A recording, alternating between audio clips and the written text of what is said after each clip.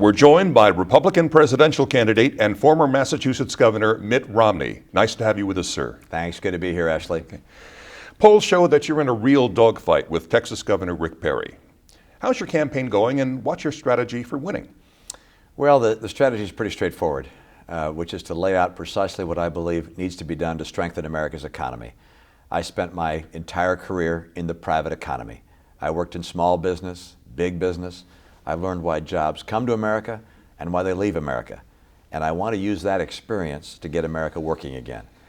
There are a lot of other good people in the race, but I'm the guy who has spent the time in the private sector to understand what it takes to rebuild the foundation of America's economic strength. I also spent some time in government to know how to get the job done. So the best way to win, tell people about your experience, give them your vision for America, and have them understand that that vision and that experience will keep America the strong, economic, vital nation that's so critical to create jobs and provide a better future for our kids. One of the big issues in the campaign is sure to be Obamacare, especially with its forced purchase by virtually every American of health insurance. Now, about 5 years ago, as Massachusetts governor, you signed a state health law that also has an individual mandate. But you say, as president, you would repeal Obamacare. How do you reconcile the two, sir? Well, actually, when we passed our legislation, I was asked shortly thereafter by, I think it was Dan Balls at the Washington Post. He said, Mitt, if you were president, would you put in place your plan for the entire nation at the federal level? I said, absolutely not. Ours was a state solution to a state problem. It dealt with the 8% of our population that didn't have insurance. The 92% of our population that already had insurance, nothing changed. The president's plan is a federal takeover of all health care for 100% of the people. It also raises taxes by $500 billion. That's accountable for part of the difficulty you've seen in the rebooting of our economy. He cuts Medicare benefits by some $500 billion. His plan is unacceptable to the American people. It's bad law, it's bad policy, it's unconstitutional. And on day one of my administration, I'll direct the Secretary of Health and Human Services to grant a waiver from Obamacare to all 50 states. And then I'll go about getting it repealed. All right, issue number 2, illegal immigration. The McCain candidate, what some call the amnesty bill, went down in flames in the Senate in 2007, even though Democrats controlled it then as they do now. Some say your opponent, Rick Perry, is soft on illegal immigration. If you're elected president, how will you deal with it? Well, Governor Perry and I have very different views on illegal immigration. He said in a letter to the editor that he was open to amnesty. He opposes offense. He's also opposed the Arizona law, says states shouldn't be able to enforce federal immigration policy. He put in place one of the magnets that draws people here illegally, which is giving in-state tuition credits to illegals. I did just the opposite and have an entirely different view. I believe in building a fence. I believe in having enough Border Patrol agents to secure that fence. I believe in turning off the magnet. I'd go after employers that hire people who are here illegally. And when a bill reached my desk, like the bill Governor Perry signed, which gave tuition breaks to illegal aliens. When that bill reached my desk in Massachusetts, I vetoed it.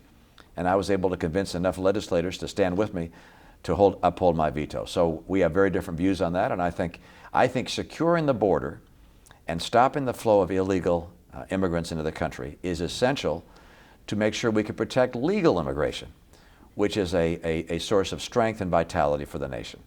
As president, would you ever sign the DREAM Act or some variation thereof? If by that you mean giving individuals who come here illegally tuition breaks to our institutions of higher learning, absolutely not. People in this country should recognize that citizens of this country are the ones that get breaks to go to college, not those that come into the country illegally. Huge issue, jobs, lack of them. What's your plan for creating employment? Well, overall, we have to change the attitude that exists in government. There's a perception in government that somehow business is bad, that you got to punish successful people, that enterprise needs to be reined in and checked. Government has to recognize that their job is to make America the most attractive place in the world for entrepreneurs, innovators, pioneers, job creators. We have to have seven things done differently.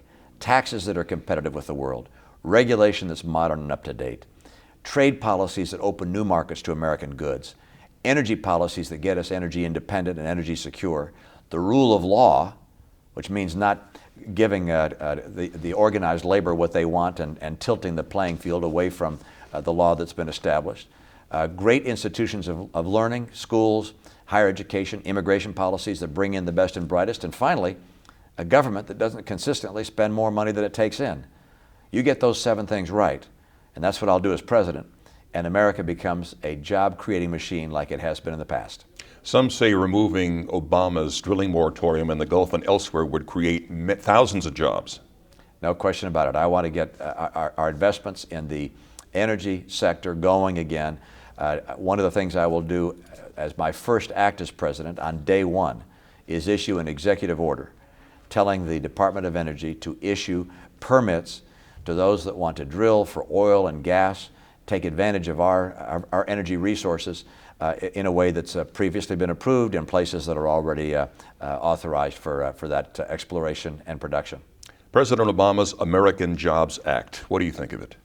Well, his most recent incantation is a bit like his first versions, which is a lot of money, a lot of political bluster, but very little positive impact on the economy.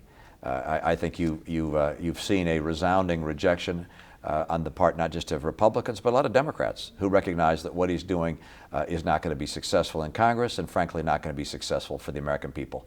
The right course is the course I described with 7 key steps to fundamentally restructure the relationship between government and enterprise, encouraging private enterprise again to come to America, grow here, and add jobs here. Senator Jim DeMint calls Obama's plan venture socialism. Is he onto something there? He's a good man with a phrase. I think people have recognized that, for instance, the president's green jobs initiatives haven't created green jobs at all, and they have cost other jobs. Look, the right course for America is not to have the government try and guide the economy. That's what Europeans have tried. Europe isn't working in Europe. The right course for America is to believe in the American entrepreneur, the American innovator, the American business person, and to make America a more free, more positive place for enterprise to invest and grow, investing in capital and investing in people. Republican presidential candidate and former Massachusetts Governor Mitt Romney, we thank you so much. Thank you. Good to be with you, Ashley. And thank you for watching Newsmax TV.